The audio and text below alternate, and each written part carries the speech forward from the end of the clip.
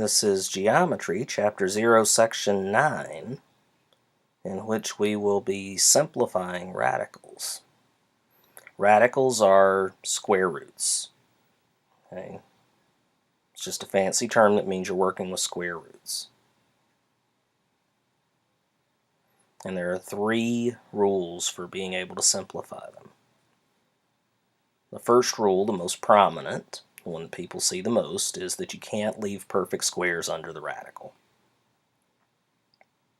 If there's a perfect square under the radical, that means you can take the square root of it and bring it outside. The second rule is you can't have fractions under the radical. And that ties together with the third rule, you can't have radicals in a denominator.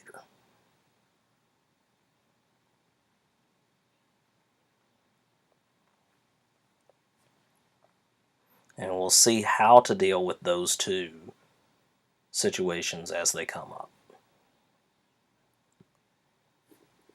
On this page, I'm going to give you square roots of a bunch of numbers.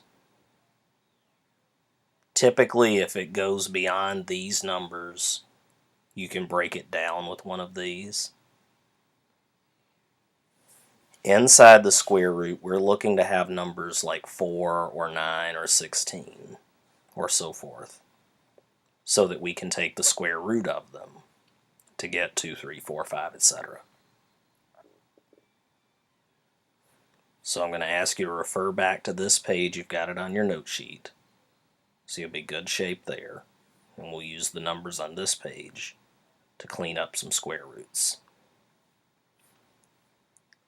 So our job here is to simplify the radical. We have the square root of 45. Well, 45 has some factors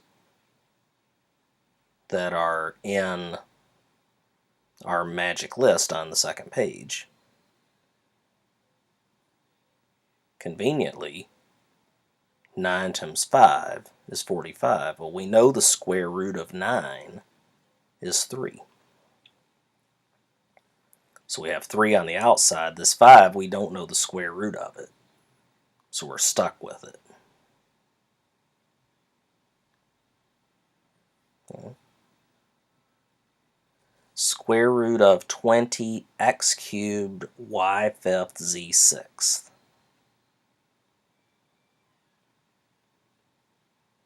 Well, 20 we can break down into 4 and 5.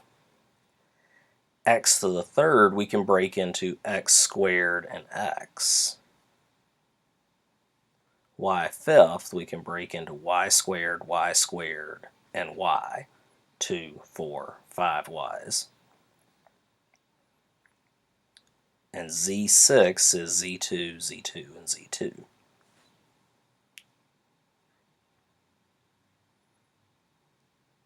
So now we can go through and take the square roots of the ones we know. Square root of 4 is 2. The square root of x squared is x. Square root of this is y, and this one also is y, so I get y squared outside. And then I've got 1, 2, 3 z's to bring out. Now what's left on the inside is a 5, this x, and this y. Okay. You can get there without breaking these down by dividing by 2. If I divide by 2, I get 1 with 1 left over. Here's the 1 with the 1 left over. If I divide by 2 here, I get 2 with 1 left over.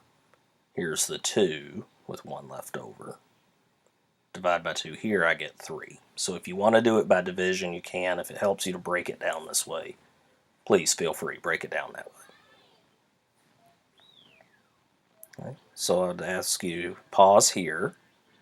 Try this one out. Square root of 32, x to the 4th, y to the 7th, z to the 3rd. Try it out. Come back, check your answer.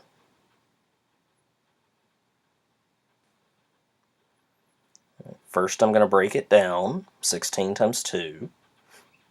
x4, I'm just going to leave as x4. y7, I'm going to make y6 and y. Z cubed, I'm going to make z squared and z. Now take the square roots of the ones we know. 4 x squared comes from x4. Y third comes from y6 and a z. And then we're left with 2y and z that didn't have partners inside.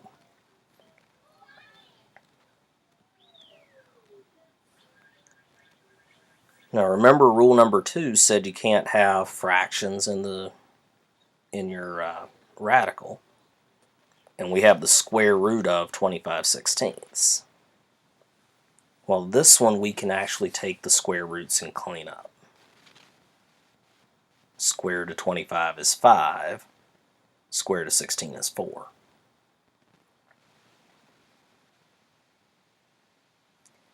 Here, on the other hand, we're not able to completely clean up. We have 2 over the square root of 3.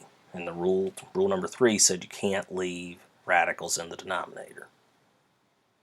So we're going to have to do something to get rid of that square root of 3. Now if I multiply that 3 by another 3, that would give me the square root of 9, which I then know the square root of, yes? So we're going to do that. We're going to multiply by the square root of 3 on top and bottom. That makes 2 times the square root of 3 on top, and the square root of 9 on bottom, which we know the square root of 9. This process is called rationalizing the denominator. Tends to be a bit of a pain with some of the other problems, but when you just have a single square root, you're okay. Square root of 27 over the square root of 20. I'm going to break those down to start with. 27 is 9 times 3. 20 is 4 times 5. We know the square root of 9 and the square root of 4. So I'm going to bring those onto the outside.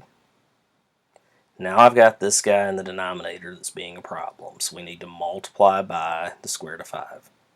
We could multiply by 2 square root of 5, but it's not necessary. We're trying to get rid of the square root. Well, cleaning that up, square root of 3 times the square root of 5 gives us a square root of 15. And then on bottom, 2 times 5, which we can clean up as 10. 3 square root of 15 over 10.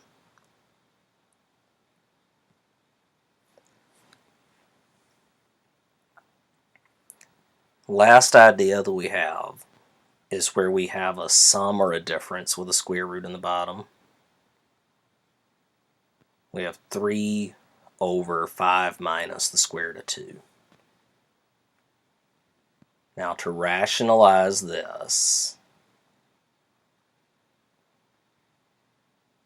we're going to have to use something called a conjugate. Since this is a minus, we're going to use a plus. Had this been a plus here, we would use a minus here. So we have 5 plus the square root of 2 over 5 plus the square root of 2. That's multiplying by our conjugate. Okay. I'm going to leave the top factored for now. And I'm going to go ahead and distribute the bottom. 5 times 5 is 25.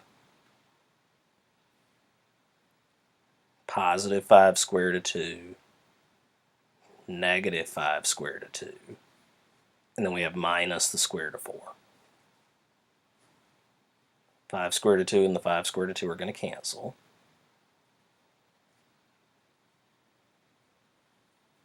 (25) minus the square root of 4 is 2 is 23.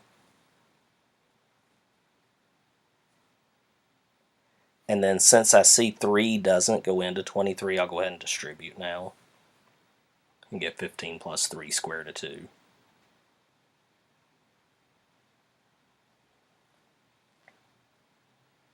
had the 3, say this came out to 21 down here, 3 would cancel into 21, and I would go ahead and cancel it. So I'm going to ask you to pause here, try this last problem, then come back, check your answers, see what you came up with.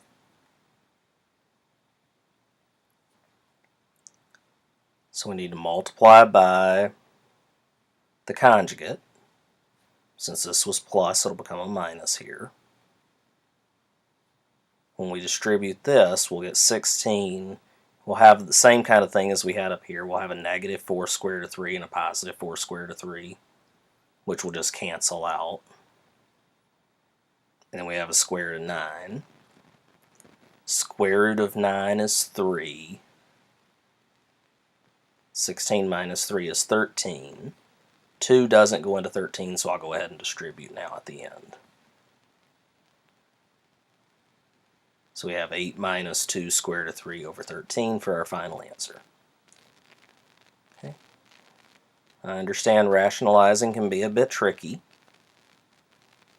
Hopefully if you had questions along the way, you jotted those down so you can bring those in. And we'll see you in class.